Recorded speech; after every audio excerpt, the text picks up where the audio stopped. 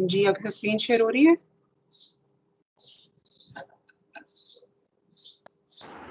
Yes ma'am. अच्छा जी।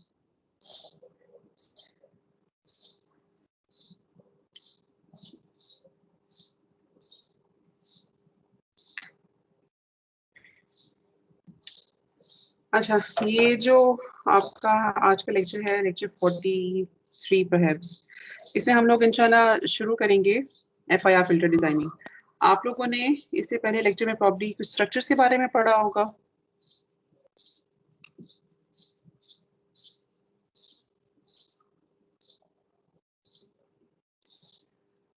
अच्छा, अब थोड़ा सा ना हम इन तीनों लफ्ज़ों को ज़रा ब्रेक डाउन पहले करते हैं कि जब हम बात करते हैं किसी एफआईआर फिल्टर या सिस्टम की, तो उसका क्या मतलब होता है? मतलब उसका इम्पल्स रिस्पॉन्स कैसा होगा? क्योंकि हम यहाँ पे फिनिट इम्पल्स रिस्पॉन्स की बात करें तो उसका इम्पल्स रिस्पॉन्स कैसा होगा?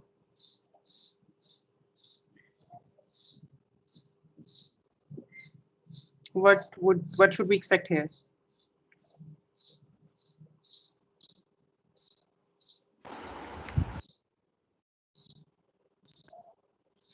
अच्छा, आपको प्लीज थोड़ा सा बातचीत करनी पड़ेगी इस तरह से, फिर वरना लेक्चर जो है ना हमारा खत्म नहीं हो सकेगा।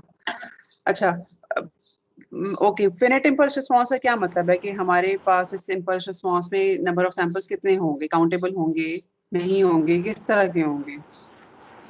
मैम काउंटेबल होंगे। काउंटेबल होंगे, ठीक है ना, because this F stands for finite.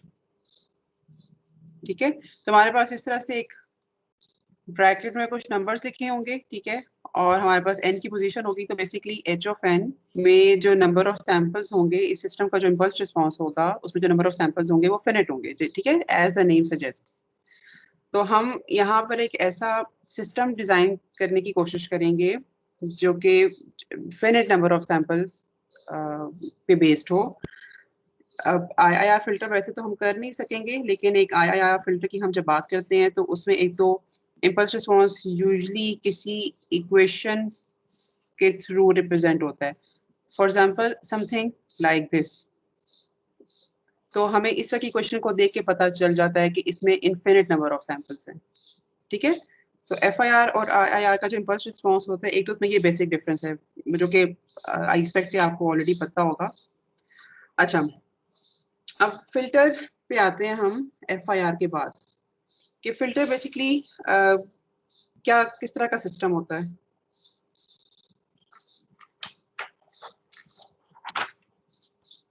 वैसे चैप्टर 5 में आप लोगों ने किस किस तरह के फिल्टर्स या सिस्टम्स पढ़े थे?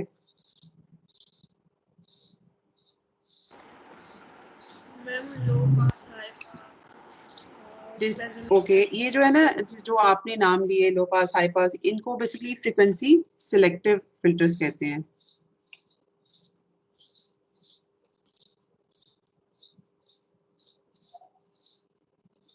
ठीक है, फ्रीक्वेंसी सिलेक्टिव फिल्टर्स का मतलब है कि हम सिर्फ लो फ्रीक्वेंसीज पास करना चाह रहे हैं, हम एक पर्टिकुलर फ्रीक्वेंसी ओमेगा सी से लेकर पाई तक यानी कि हाईएस्ट फ्रीक्वेंसी पास करना चाह रहे हैं, हम कुछ रेंज ऑफ फ्रीक्वेंसीज पास करना चाह रहे हैं, या कुछ रेंज ऑफ फ्रीक्वेंसीज स्टॉप करना चाह रहे हैं, ठीक है।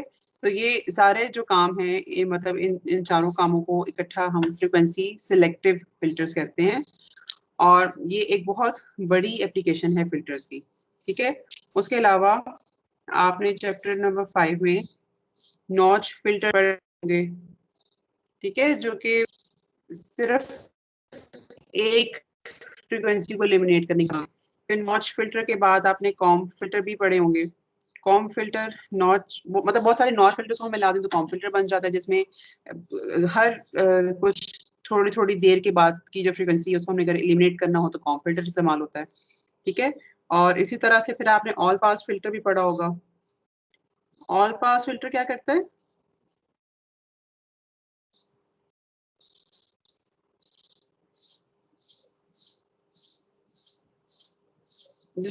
कुछ थोड़ा सा भी याद है तो आप प्लीज बताओ, ऑल पास फिल्टर क्या करता है?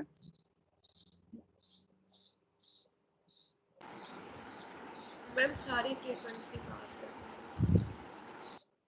बिल्कुल ऐसा ही है। ऑल पास फिल्टर जो है उसका मकसद ये है, जैसे नाम से भी पता चल रहा है कि वो सारी की सारी फ्रीक्वेंसीज को पास करेगा, लेकिन मतलब उसमें फिर इसकी स्पेशल बात क्या है, अगर इसमें सारी फ्रीक्वेंसीज को पास करना है तो why do we use it. अगर आपको नहीं पता तो वो भी मुझे बताओ, ताकि मैं ये चीज आपको बता के फिर आगे चलूं, मतलब मैं इंतजार ना करती रहूं फिर आपके जवाब का। मैम फेज चेंज हो जाएगा। मैम उसका मैग्नीट्यूड सेम रहता है लेकिन phase I think so different हो जाता है, मतलब वो अकॉर्डिंगली ऐसा ही जिस है, तरह में बिल्कुल चाहिए हो जाता है। बिल्कुल ऐसा ही है। ऑल पास फिल्टर या किसी भी सिस्टम के ट्रांसफर फंक्शन को हम बेसिकली एक्सप्रेस कर सकते हैं मैग्नीट्यूड और फेज में। ठीक है, कॉम्प्लेक्स नंबर होता है ना, तो कॉम्प्लेक्स नंबर को हम हमेशा लिख सकते हैं रेक्टेंगुलर फॉर्म में, which is x plus j। यहाँ पे रेक्टेंगुलर फॉर्म में जो मैंने आपके सामने लिखी, मैग्नीट्यूड पार्ट, फेज पार्ट।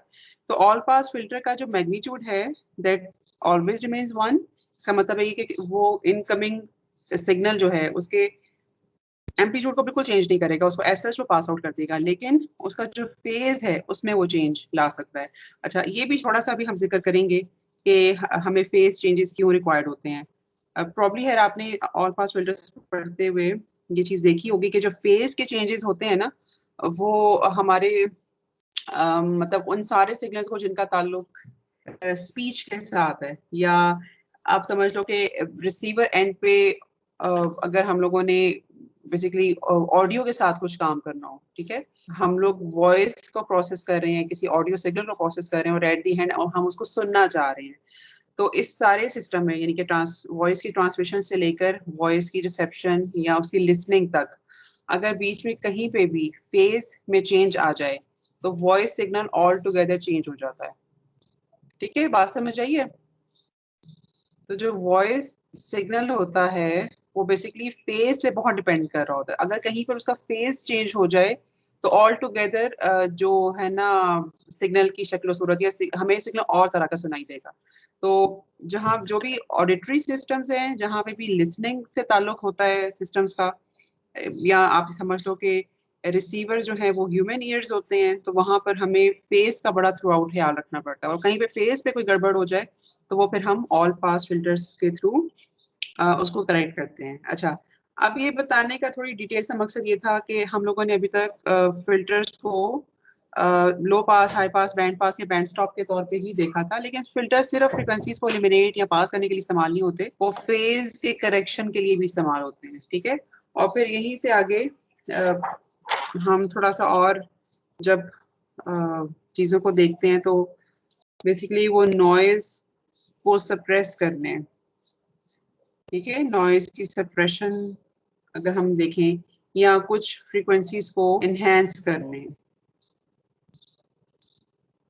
ठीक है, एनहेंसमेंट के लिए भी इस्तेमाल होता है। तो ये बहुत सारे, इसमें से कुछ चीजें मतलब कम से कम मैं 4 तक अगर बात करूं तो आपने सुनी भी होंगी, देखी भी होंगी, और उसके बाद वाली चीजें इस कोर्स का शायद हिस्सा नहीं है, लेकिन ये कि फिल्टर्स की और बहुत सारी एप्लीकेशंस हैं, और इसके अलावा भी हैं जो कि जिनका मैं फिलहाल जिक्र नहीं कर रही, लेकिन कहने का मकसद ये है कि हमारे एक पूरे डीएसपी में, डिजिटल सिग्नल प्रोसेसिंग सिस्टम में, जब हम हमने फेज को करेक्ट करना हो, हमने एम्पलीट्यूड कुछ कोई खास एम्पलीट्यूड पास करना है, कोई स्टॉप करना है, कोई नॉइज, कोई एक पर्टिकुलर सिग्नल अपने हार्मोनिक्स के साथ सिग्नल को तंग कर रहा है, उसको हमने स्टॉप करना है, तो ऐसे सारे कामों के लिए हम फिल्टर यूज करते हैं। अच्छा, अब इतनी लंबी तमहीद बांधने का मकसद ये था कि ये बताना मकसद कि फिल्टर्स एक तो यूज करना इम्पोर्टेंट है, ठीक है, जरूरी है, और दूसरा ये कि फिर उनकी जो भी एप्लीकेशन है, मतलब मैंने आपके सामने यहाँ पे कुछ 6-7 चीजें लिखी हैं, उनकी जो स्पेसिफिक एप्लीकेशन है उसके लिहाज से हमने उनको डिजाइन भी करना होता है। ठीक है, तो इसलिए ये जरूरी है कि हमें उनकी उनकी डिजाइनिंग करनी आए। अच्छा, ये तो थोड़ा सा बैकग्राउंड हो गया कि हम फिल्टर क्यों इस्तेमाल करना चाहते हैं, बहुत सारी एप्लीकेशंस हैं, और डिज़ाइन क्यों करना चाहते हैं, क्योंकि हर स्पेसिफिक एप्लीकेशन के लिए एक मुख्तलिफ किस्म का फिल्टर इस्तेमाल होगा, तो इसलिए डिज़ाइनिंग सीखना ज़रूरी है। अच्छा, अब वापस ज़रा हम FIR की तरफ जाते हैं कि आपको थोड़ा सा शायद याद होगा कि लैब में हम लोगों ने जब कम्युनिकेशन सिस्टम की लैब पढ़ी थी, तो एक फिल्टर डिजाइनिंग के हवाले से एक लैब थी जिसमें आप लोग मुख्तलिफ फिल्टर्स इस्तेमाल करते थे, लेकिन शायद आपको उस वक्त यही कहा गया था कि आपने इनको बस इस्तेमाल करना है, फिलहाल वो क्या कर रहे हैं, वो कैसे बने हुए हैं, उसके बारे में हमें इतना गौर नहीं करेंगे। मसलन आपने बटरवर्थ या शेबी शेव को ज़रूर इस्तेमाल किया था वहाँ पे, ठीक है। इसके अलावा अगर मेरी यादाश्त थोड़ा ठीक काम कर रही है तो एक काइजर विंडो आप इस्तेमाल करते थे, वो शायद आप लोगों ने भी डीएसपी की लैब में भी इस्तेमाल की होगी। ये 3 नाम को जाने पहचाने लग रहे हैं? जी मैम। Yes, okay. अच्छा, अब थोड़ा सा आपकी नॉलेज के लिए, आप हो सके भी आपको पता हो कि जैसे ये जो मैंने यहाँ पे नाम लिखे हैं ना, बटरवर्थ, शेबी शेव और एक इलिप्टिक भी मुझे थोड़ा सा याद है, बेसल फिल्टर एक होता है, ये सारे आईआईआर बेस्ड फिल्टर्स हैं। इसी तरह से विंडोज पढ़ी, जैसे काइजर विंडो पढ़ी आपने अपनी लैब में, हैन विंडो और हैमिंग विंडो या ब्लैकमैन विंडो, ये सारी पढ़ी होंगी। तो ये सारी जो है ये FIR फिल्टर्स होते हैं, ठीक है। अच्छा, अब जाहिर सी बात है कि दोनों में कुछ डिफरेंस होगा। FIR फिल्टर से कुछ अपने फायदे होंगे और IIR फिल्टर के कुछ अपने फायदे होंगे, और कुछ ऐसी इनकी कैरेक्टरिस्टिक्स होंगी कि हम किसी खास जगह पर सिर्फ FIR फिल्टर को इस्तेमाल कर सकेंगे एंड सो ऑन, ठीक है। तो अभी मैं थोड़ा सा टाइम अगला जो है ना 5 मिनट वो इस चीज़ पे लगाना चाहूँगी कि मैं आपको ये बता सकूं कि FIR फिल्टर को हम कहाँ पे इस्तेमाल करते हैं और इसका क्या फायदा है as compare to IIR filters. अच्छा, आप लोगों ने अगेन ऑल पास फिल्टर्स की मैं बात करूंगी। ऑल पास फिल्टर्स पढ़ते हुए या फिर किसी और टॉपिक के अंदर कुछ लीनियर फेस के बारे में कुछ पढ़ा था?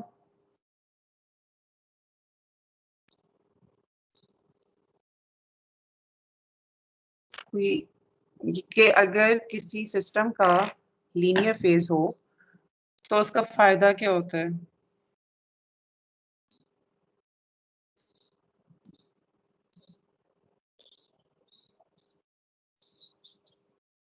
मैम ये पढ़ा था कि FIR फिल्टर्स यूज होते हैं लीनियर फेज में, बस ये याद आ रहा है अभी से। इस तरह का जुमला कुछ याद है आपको? अच्छा, नहीं, लेकिन actually this is a very important sentence, क्योंकि यही मैं आपको बताने वाली हूँ। अच्छा, आपको ये तो पता है ना कि हम किसी भी सिग्नल की जब मतलब सिग्नल की जब मैं बात करूँ तो एक्स ऑफ एन मैं ज़ाहिर कहूँगी, अगर मैं सिस्टम की बात करूँ तो मैं एच ऑफ एन कहूँगी। और अगर हम इनका DTFT लेते हैं या फिर आसान लफ्जों में अगर हम टाइम डोमेन से फ्रीक्वेंसी डोमेन में जाते हैं, ठीक है, टाइम डोमेन से फ्रीक्वेंसी डोमेन में जाते हैं, तो यहाँ पर हमारे पास इनकी जो फ्रीक्वेंसी डोमेन इंफॉर्मेशन होती है उसमें बेसिकली हमें दो चीज़ें जो है ना वो हम दो प्लॉट्स हमें चाहिए होते हैं। एक तो मैग्नीट्यूड वर्सेस फ्रीक्वेंसी, ठीक है, और एक फेज वर्सेस फ्रीक्वेंसी। इस बात का तो आपको सारों को पता है ना कि हमारे पास टाइम डोमेन में एक सिंपल एक प्लॉट होता है, एन हमारे पास इस तरह का प्लॉट, मतलब तो इसमें हमें सिग्नल की कंप्लीट इन्फॉर्मेशन मिल जाती है। लेकिन अब जब हम इसको ट्रांसफॉर्म करके फ्रीक्वेंसी डोमेन में जाते हैं तो वहाँ पर हमें बेसिकली दो प्लॉट्स चाहिए होते हैं, एक मैग्नीट्यूड प्लॉट और एक फेज प्लॉट, ठीक है। अच्छा, मैंने यहाँ पे किसी जगह पे, हाँ जी, ये इधर मतलब ये लिखा भी था, और बेसिकली हम इसको भी वर्सेस इस पार्ट को भी वर्सेस फ्रीक्वेंसी प्लॉट करते हैं और फेज का पार्ट को भी वर्सेस फ्रीक्वेंसी प्लॉट करते हैं। अच्छा, अब having said that, phase plot जो होता है ना हमारे पास, उसकी जाहिर सी बात है कि अपनी एक इक्वेशन होती है, जैसे कि एक मैग्नीट्यूड पार्ट की होती है। अब अगर फेज को मैं इस तरह से लिखूं, जैसे कि फिलहाल मैं आपको मिसाल देने के लिए इस तरह से लिख देती हूँ, e⁻⁻ J3 ओमेगा, ठीक है। और इसमें जो ये वाला पार्ट है ये जाहिर सी यानी कि जे के साथ जो कुछ भी लिखा हुआ है, मतलब माइनस साइन भी है, इसी का हिस्सा होगा, वो फेज की इक्वेशन लिखी जाएगी या समझी जाएगी, ठीक है।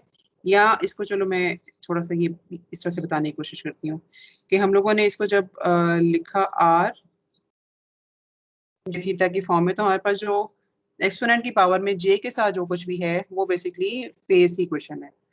और अगर मैं इस -3 ओमेगा को देखूं तो इसको प्लॉट हम कर सकते हैं इस तरह से। इसकी स्लोप बेसिकली हमारे पास यहाँ पे 3 आ रही है, और चूंकि ये एक रिपीटेटिव सिग्नल है तो ये इस तरह से रिपीट होता जाएगा, ठीक है ना, मतलब प्रिंसिपल रेंज के बियॉन्ड। अच्छा, अब यहाँ पे लिखने का एक तो मकसद ये था कि मैं आपको बता सकूं कि अगर हम लीनियर फेज की बात करते हैं तो मैथमेटिकली उसको हम रिप्रेजेंट करेंगे कुछ इस तरह से, ठीक है। एक सिंपल जैसे स्लोप का फंक्शन होता है या एक सिंपल स्ट्रेट लाइन की इक्वेशन होती है, तो हमारे पास जो फेज की इक्वेशन होगी वो तो एक सिंपल इक्वेशन इस तरह से होगी, ठीक है। ये वाली जो इक्वेशन है ये तो पूरे एच ओमेगा की इक्वेशन है ना। बताने का मकसद ये है कि एक्सपोनेंट की पावर में जे के साथ जो कुछ भी लिखा जाएगा that would basically represent phase equation, ठीक है। और मैथमेटिकली अगर हम उसको प्लॉट करें तो प्लॉट की शक्ल कुछ इस तरह से होगी। तो लीनियर फेज मैथमेटिकली इस तरह से रिप्रेजेंट होगा और इंट्यूटिवली यानी कि किसी फिगर के थ्रू इस तरह से रिप्रेजेंट होगा। अब लीनियर फेज बेसिकली करता क्या है, लीनियर फेज की इंपॉर्टेंस क्या है। लीनियर फेज जो है ना वो अगर हम सिग्नल को किसी ऐसे सिस्टम की इनपुट पे दें, लेट्स सपोज ये हमारा एक सिस्टम है जिसका फेज लीनियर है। लीनियर फेज होने का मतलब ये है कि उसका फेज प्लॉट कुछ इस तरह से प्लॉट किया जाएगा या उसके जो फेज रिस्पांस की इक्वेशन है वो इस तरह से लिखी जाएगी, ठीक है। तो सिस्टम में अगर एक लीनियर फेज है और उसको अगर हम कुछ इनपुट सिग्नल देते हैं तो आउटपुट सिग्नल में they would be no phase distortions. तो जब फेज डिस्टॉर्शंस नहीं होंगी इसका मतलब ये है कि जो भी हमारे ऐसे सिग्नल्स हैं जहां पर फेज के चेंज होने से सिग्नल चेंज हो सकता है, वहां पे हम FIR फिल्टर्स को यूज करना चाहेंगे, क्योंकि FIR फिल्टर्स जो हैं वो फेज डिस्टॉर्शंस इंट्रोड्यूस नहीं करते। जो IIR फिल्टर्स हैं वो फेज डिस्टॉर्शंस इंट्रोड्यूस करते हैं, ठीक है। फेज डिस्टॉर्शंस इंट्रोड्यूस करने का मतलब ये है कि हमें जो भी फ्रीक्वेंसीज एलिमिनेट करनी है या पास करनी है वो तो वो सक्सेसफुली कर देंगे। मैग्नीट्यूड प्लॉट तो हमारी मर्जी का अचीव हो जाएगा, लेकिन वो फेज प्लॉट को बहुत बुरी तरह से चेंज कर देंगे। मतलब इनपुट सिग्नल जिस फेज के साथ इस सिस्टम में एंटर होगा, जब वो आउटपुट के तौर पर निकलेगा तो आउटपुट का फेज प्लॉट बिल्कुल चेंज होगा एज कम्पेयर टू इनपुट के फेज प्लॉट से। तो खासतौर पे अगर हम बात करें स्पीच सिस्टम्स की, ठीक है, स्पीच सिग्नल प्रोसेसिंग की बात कर रहे हैं या ऐसे सिग्नल्स की जो कि ऑडियो मैसेजेस को प्रोसेस करें, वहाँ पे फेज डिस्टॉर्शन हम अफोर्ड नहीं कर सकते, तो वहाँ पे IIR फिल्टर्स को इस्तेमाल करना इम्पॉसिबल हो जाता है, ठीक है। ये इस बात की समझ आई है।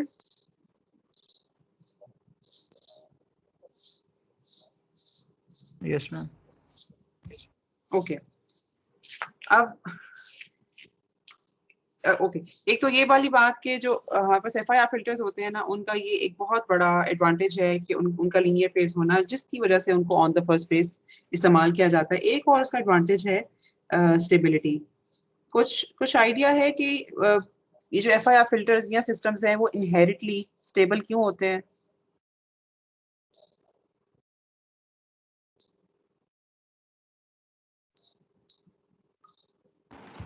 आप लोगों ने शायद जी ट्रांसफॉर्म में मतलब ओके, ये जिस हैंड के जी ट्रांसफॉर्म में शायद आप लोगों ने इस चीज का जिक्र किया हो, कुछ आइडिया है? स्टेबिलिटी का तो यही था कि जितने भी पोल्स हैं वो इनसाइड द यूनिट सर्कल होते हैं, तो हम लोग जितने भी FIR बनाते हैं उनको इस तरह बनाते हैं। अगर वो उस तरह नहीं होते तो फिर वो मिनिमम फेस करके कुछ इस तरह मुझे याद करते थे। अच्छा, आपके साथ ही मतलब इसको मैं अगर कहूँ कि बिल्कुल ठीक है तो that would B correct, approximately ठीक है, लेकिन इसको बिल्कुल ठीक मैं इसलिए कह सकती हूँ कि आप लोगों ने ट्रिवियल पोल्स का नाम सुना, उसमें सिर्फ ट्रिवियल पोल्स होते हैं। बेसिकली FIR फिल्टर्स में देयर आर नो पोल्स, ठीक है। FIR फिल्टर्स में कोई पोल्स नहीं होते। अगर पोल्स होते भी हैं तो वो सिर्फ वो ट्रिवियल पोल्स होते हैं। आपने ट्रिवियल पोल्स का नाम सुना हुआ है ना? यस मैम, जीरो में धुलाई करते हैं। हाँ जी, हाँ, तो उसके सारे ट्रिवियल पोल्स हैं वो जीरो के ऊपर होंगे। तो इसलिए मतलब उनका सिस्टम की डिजाइनिंग में या स्टेबिलिटी में किसी किस्म का कोई रोल नहीं है। तो एक तो ये इनहेरेंटली स्टेबल होते हैं because there are no poles in FIR system, और उसके अलावा इनका लीनियर फेज होता है। तो ये दो जो इनकी कैरेक्टरिस्टिक्स है ना, they are very important and they make them very important, जिसकी वजह से इनको इस्तेमाल किया जाता है। अब क्योंकि हम IIR फिल्टर्स पढ़ नहीं सकेंगे तो मैं बस आपको उसके जल्दी से एक दो फायदे बता दूं। एक तो ये they are very simple to implement. अब ये सिंपल क्यों होते हैं, उसकी वजह ये होती है कि अगर हमारे पास लेट सपोज एक डिजाइन है, ठीक है, जिसको हम लोगों ने फॉलो करना है, हम ये चाह रहे हैं कि हमारा फिल्टर जो है ना वो कुछ इस डिजाइन का एक लो पास फिल्टर बने, जिसमें जो उसकी टॉप फ्रीक्वेंसी है वो उसकी खास वैल्यू हो, और उसके बाद उसका जो रोल ऑफ है वो उसकी भी एक खास ट्रांजिशन हो, ठीक है, और 0 के ऊपर जो है ना वो इसका एम्पलीट्यूड 1 हो, समथिंग लाइक दिस। तो ये हम लोग एक ऐसा फिल्टर डिजाइन करना चाहते हैं जो कि इस तरह का हमें मैग्नीट्यूड रिस्पॉन्स दे दे। अच्छा, अब हम जब इस फिल्टर को IIR टेक्निक से इम्प्लीमेंट करते हैं ना, तो इसका जो ऑर्डर है, ठीक है, प्रॉब्ली आपको पता है कि ऑर्डर का क्या मतलब होगा। ऑर्डर हम आप लोगों ने अभी तक के जो सब्जेक्ट पढ़े उसमें ऑर्डर का मतलब है कि नंबर ऑफ कैपेसिटर्स और इंडक्टर्स, ठीक है, अगर हम एनालॉग फिल्टर्स की हाथ में बात करें तो। और अगर हम यहाँ भी बात करें डिजिटल फिल्टर्स की तो मेमोरी स्पेसेस। तो इसका जो ऑर्डर है वो खासा कम होगा as compare to FIR filter, ठीक है। तो IIR is easy to implement, ठीक है। इस बात की समझ आई कि अगर हम एक ही डिजाइन को दोनों फिल्टर्स के साथ इम्प्लीमेंट करें तो IIR प्रोसीजर से डिजाइन किया जाने वाला फिल्टर, या हम इसको ये कह सकते हैं कि अगर हम एक ऐसा फिल्टर डिजाइन करें जिसका इम्पल्स रिस्पॉन्स इन्फिनिट ड्यूरेशन का हो, तो उसका जो ऑर्डर है वो कम होगा as compare to the order that is required to develop an FIR filter to meet the same specifications.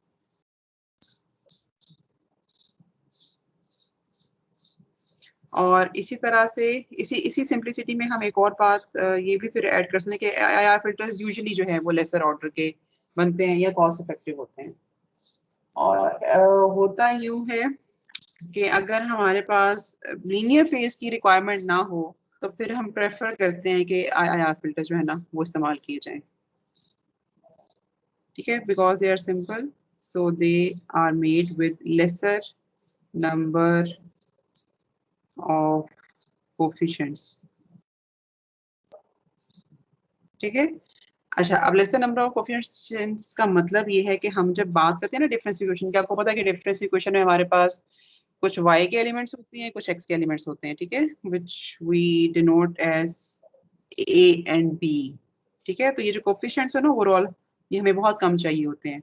लेकिन FIR फिल्टर की अगर हम बात करें तो बिकॉज हमें इसका ऑर्डर ज्यादा होता है, ओवरऑल नंबर ऑफ सैंपल्स बहुत ज्यादा होते हैं इसमें, तो इसके जो कोफिशिएंट्स होंगे ना वो तो सारे के सारे 20 के साथ ही रिप्रेजेंट होंगे, वो बहुत हमें ज्यादा चाहिए होते हैं, ठीक है। ये भी चीज समझ आ गई।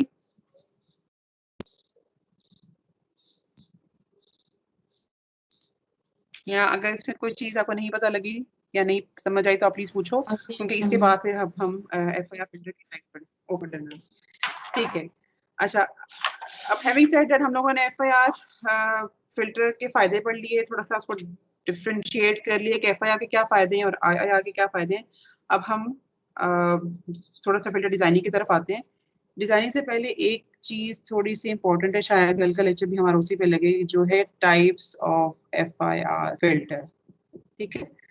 अभी हम लोगों ने जब ये स्टैब्लिश कर लिया कि हम लोगों ने FIR फिल्टर को इस्तेमाल उस वक्त करना है जब हमें लीनियर फेस चाहिए होगा, तो फिर अब हमने देखना है कि लीनियर फेस हमें किस तरह से मिल सकता है, ठीक है। हम रैंडमली कोई भी इम्पल्स रिस्पॉन्स इस्तेमाल करके ये क्लेम नहीं कर सकते या ये अज्यूम नहीं कर सकते कि इस सिस्टम का जो फेज रिस्पॉन्स है वो लीनियर होगा। लीनियर रिस्पॉन्स के लिए इम्पल्स रिस्पॉन्स को एक खास कंडीशन फुलफिल करना पड़ती है, ठीक है। अब वो कंडीशन है सिमेट्री की। सिमेट्री का मतलब ये है कि हमारे पास लेट्स सपोज, फिलहाल मैं यहाँ पे एक क्वेश्चन लिख रही हूँ, ठीक है, जिसमें m उसकी टोटल लेंथ है, ठीक है, number of elements in that impulse response या फिर इन दैट फिल्टर। मसलन ये जो है ना, ये एक सिमेट्रिक रिस्पॉन्स है। ठीक है, नजर आ रहा है ना ये, मतलब आप लोग इसको देख सकते हो कि या इसको अंडरस्टैंड कर सकते हो ये एक सिमेट्रिक रिस्पॉन्स है। तो इस तरह की जो सिमेट्रिक कंडीशंस है ना, वो अगर एक इम्पल्स रिस्पॉन्स फुलफिल करे तो वो एक ऐसा एफआईआर फिल्टर डेवलप करता है या कहना चाहिए जनरेट करता है कि जिसका जो फेज रिस्पॉन्स है वो लीनियर होगा। अच्छा, अब इस सिमेट्री में जो है ना, आप दो तीन कंडीशंस आ जाती हैं कि इधर ये इसकी लेंथ इवन होगी या ऑड होगी, या सिमेट्री जो है वो भी इवन होगी ऑड होगी। तो उस लिहाज से हमारे पास कुछ टाइप्स बनती हैं। तो अभी जो मैं चीज आपको एक्सप्लेन करने लगी हूँ वो है टाइप 1 एफआईआर फिल्टर।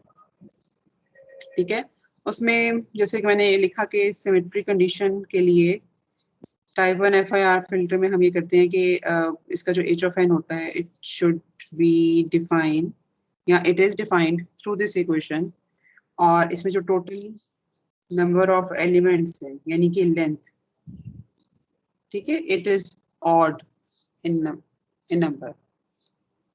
लेंथ जो है वो एक ऑड नंबर होता है, तो उसका जो इम्पल्स रिस्पॉन्स है वो लगभग कुछ मतलब इस तरह का होगा। अच्छा, अभी हम करने लगे हैं कि एक मैं अज्यूम करके एक इम्पल्स रिस्पॉन्स उसका निकालूंगी ट्रांसफर फंक्शन और फ्रीक्वेंसी रिस्पॉन्स, और फिर विल सी कि टाइप 2 की अभी आज हमें टाइम मिलता है कि नहीं मिलता, लेकिन हम उसकी जरा जनरल इक्वेशन जो है ना वो निकालने की कोशिश करेंगे। अच्छा, अब हम अज्यूम ये करने लगे हैं कि हमारे पास एक फिल्टर है जिसकी लेंथ 7 है और उसका ऑर्डर जाहिर सी बात है लेंथ -1 होता है। ठीक है, तो दैट वुड बी 6।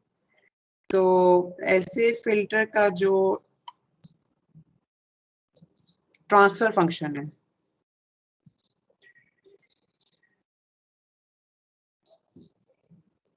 मैं पहले वो लिखती हूँ, फिर मैं आपसे पूछती हूँ कि क्या आपको समझ आई है कि कैसे लिखा गया है।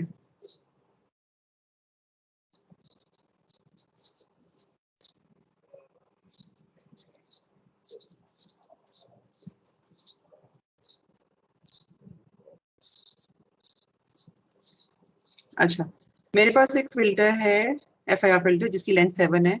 तो क्या आपको ये समझ आती है कि इसका ट्रांसफर फंक्शन इस तरह से लिखा जाएगा या नहीं समझ आती?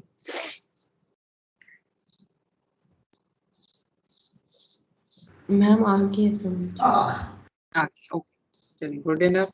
ओके, अब चूंकि हम लोगों ने ये कहा कि ये एक सिमेट्रिक फिल्टर है, तो इसका मतलब ये है कि जो मेरे पास H6 होगा ये H0 जैसा होगा, और इसी तरह से जो H5 होगा that would be equal to H1। ठीक है, और इसी तरह से जो H2 होगा वो बिल्कुल सिमिलर होगा H4 के, और H3 के साथ अलबत्ता कोई भी और मिलता जुलता सैंपल नहीं होगा। अच्छा, इस कंडीशन के बाद हम कर ये सकते हैं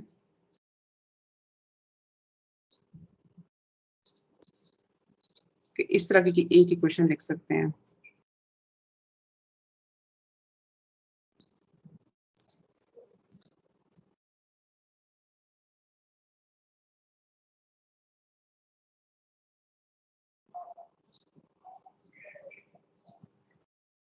एक्सक्यूज मी मैम। जी बोलिए। मैम ये सिमेट्रिक प्रॉपर्टी जो से आपने यूज किया ये दोबारा समझाइएगा, ज़रा समझ नहीं आई इसमें। अच्छा, आपको ये समझ आया था ये जो ये वाली एक चीज मैंने बनाई थी, एक प्लॉट बनाया था।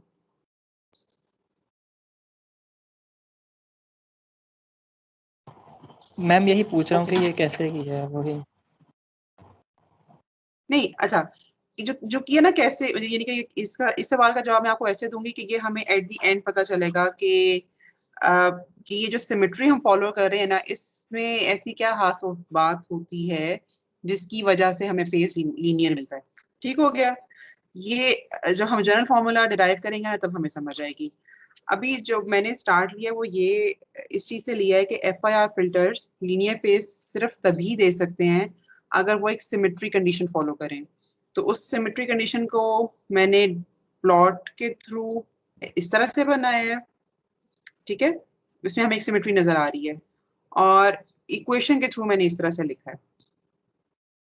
अच्छा, इसी को मजीद समझाने की मैं कोशिश करती हूँ इस तरह से कि लेट्स सपोज अगर हमारे पास m की वैल्यू 7 है, n को अगर हम 0 डालें तो आपने मुझे इस इक्वेशन का बताना है इंडेक्स, ठीक है। तो मेरे पास h of 0 would be equal to h of 7 minus 1 minus 0। Yes ma'am, Yes. h of 6। h of 6 आ जाएगा। इसी तरह से अगर मैं h ऑफ 1 यहाँ पे प्लग इन करूंगी तो मेरे पास h ऑफ 5 आ जाएगा एंड सो ऑन। जी मैम, ठीक हो गया। अच्छा, तो उस लिहाज से मैंने यहाँ पर जो है ना, मतलब जो जो दो सैंपल्स सेम बनते हैं ना, उनको उस शेप में डाला है, और बाकी ये कैसे होता है ये थोड़ा सा डेरिवेशन के एंड पे पता चलेगा। ओके मैम, ठीक, थैंक यू। अच्छा, ओके, अब हमारे पास जो है ना, टाइम भी थोड़ा सा कम है। अच्छा, ये हमारे पास जो है ना, जो दो सैंपल्स एक जैसे हैं तो उसमें कॉमन निकाल के हमारे पास कुछ इस तरह की चीज आ गई। इसके बाद हम लोगों ने अगला स्टेप ये करना है या करना होता है कि हम इसमें से कॉमन लेते हैं z⁻³ अगेन। अभी चूंकि मैंने एक न्यूमेरिकल वैल्यू ली हुई है तो मैं इसको फिलहाल 3 ले रही हूँ, इसको अभी हम थोड़ा सा जनरलाइज करेंगे कि ये 3 ही क्यों लिया मैंने, ठीक है। लेकिन पहले हमें एक एग्जांपल जो है वो यहाँ पे समझ आ जाए तो फिर उसके बाद जनरलाइज करेंगे। अब z⁻³ मैंने यहाँ पे कॉमन ले लिया, मेरे पास बाकी यहाँ पे क्या बचेगा, h ऑफ 0, e⁻³ और 3 प्लस h ऑफ 1, z⁻² और 2 प्लस h of 2, z⁻⁻1 और 1, और h of 3 जो है वो मेरे पास इसी तरह से आ जाएगा, ठीक है। ये जो इक्वेशन हमने लिखी थी इसमें हम लोगों ने z⁻³ कॉमन ले लिया और हमारे पास जो है वो ये वाली इक्वेशन आ गई। अच्छा, अब ये जो है ना, अभी तक हम लिख रहे थे ट्रांसफर फंक्शन की टर्म्स में। आप लोगों ने शायद ये भी सीखा होगा कि ट्रांसफर फंक्शन से हम फ्रीक्वेंसी रिस्पांस कैसे लिखते हैं। अच्छा, आप h ओमेगा यूज करते हो या h e⁻j⁻, क्या यूज करते हो आप लोग? मैम h ओमेगा यूज करते हैं। h ओमेगा यूज, मैं भी यूज। अच्छा, अब लेकिन मैं एक्सपेक्ट कर रही हूँ कि आप लोगों को ट्रांसफर फंक्शन को देखते हुए फ्रीक्वेंसी रिस्पांस लिखना आता होगा। तो ये जो मेरे पास इक्वेशन थी ना अभी तक, ये ट्रांसफर फंक्शन की इक्वेशन थी। तो अगर मैंने इसको दे के फ्रीक्वेंसी रिस्पांस लिखना है तो z⁻³ को मैं क्या लिख सकती हूँ? -3j omega. e⁻⁻j3 very good. अच्छा, उसके बाद h ऑफ 0 फिलहाल मैंने ऐसे लिख दिया। इसको हम लिख सकते हैं e⁻⁻3j⁻ प्लस e⁻3j⁻। और अगर इसके ऊपर मैं आयलर आइडेंटिटी लगाऊं तो क्या लिखी जा सकती है? ये चीज है ना, ये लिखी जाएगी इस तरह से।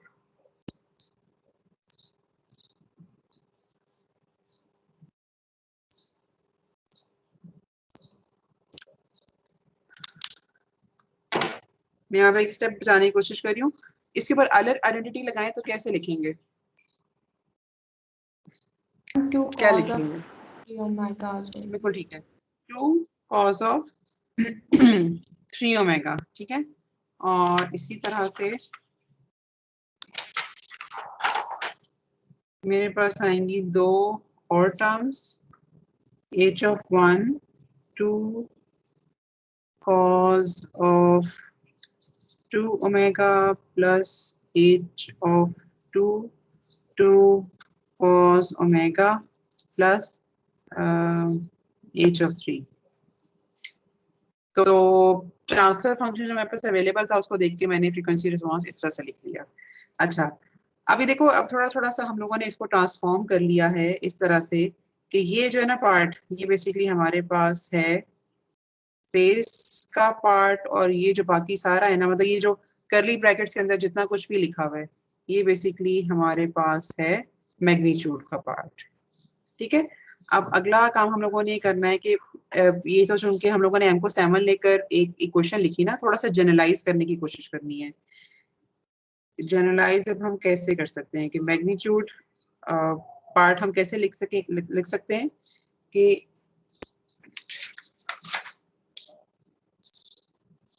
कुछ आइडिया है कि अगर मतलब मेरे पास यहाँ पे जैसे H3 एक नंबर आ रहा है ना, तो 3 को मैं M के साथ कैसे रिलेट कर सकती हूँ, कुछ आइडिया है? यानी कि 3 को आप पहले 7 के साथ रिलेट करो ना, वहां से फिर हम H of 7 minus 1 divided by 3 नहीं 2 by 2, वेरी गुड। तो ये हमारे पास बेसिकली आ जाएगा M minus 1 by 2। ठीक है, प्लस अच्छा जिन लोगों ने सिर्फ समझ नहीं आया, अच्छा ये बात समझ आ गई है ना जो मैंने यहाँ ऊपर बताई है? यस मैम, ये समझ में आ गई। अब मैं करने ये लगी हूँ कि बेसिकली जो मैग्नीट्यूड पार्ट है ना, ये वाला सारा, इसको अब हम थोड़ा सा जनरलाइज करके लिखने लगे हैं, जनरलाइज इक्वेशन के थ्रू। मतलब मेरे पास वहाँ पे 3 7 ना आए, मेरे पास m आए, ताकि जो भी लेंथ हो मैं उसको आराम से लिख सकूं। अब मैंने सवाल ये पूछा था कि बाकी सब नंबर्स तो मेरे पास कॉस के साथ मौजूद है ना, एक अकेला नंबर है, तो इसमें जो 3 है उसको मैं 7 की टर्म्स में कैसे लिख सकती हूँ? तो 3 is basically equal to 7 minus 1 by 2। ठीक है, तो यहाँ से जनरली मैंने एक चीज डिड्यूस कर ली कि जो भी स्टैंडअलोन टर्म होगी वो इस तरह से लिखी जा सकेगी। Yes, okay ma'am. अच्छा अब मुझे यहाँ पे थोड़ी सी स्पेस चाहिए, इसलिए मैं जरा इसको रेज कर रही हूँ। और देखो एज को अगर हम देखें तो हम तीन इसके सैंपल्स इस्तेमाल हो रहे हैं, जो 0, एज ऑफ 1, एज ऑफ 2। तो इसका मतलब ये है कि n इज इक्वल टू 0 से लेकर हम मैक्सिमम किस वैल्यू तक जा रहे हैं। अगेन अब आपको मुझे m की टर्म्स में बताना है। 2 तक मैम। 2 तक, यस, जिसको हम m की टर्म्स में कैसे लिख सकते हैं? m minus 3 divided by 2 m minus 3।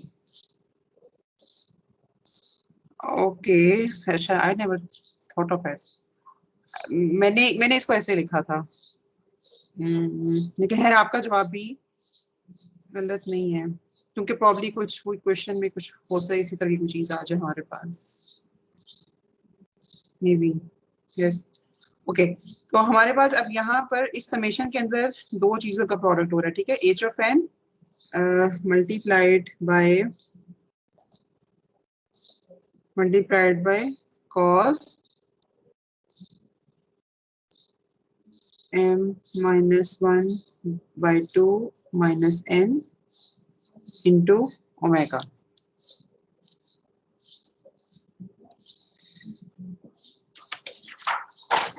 और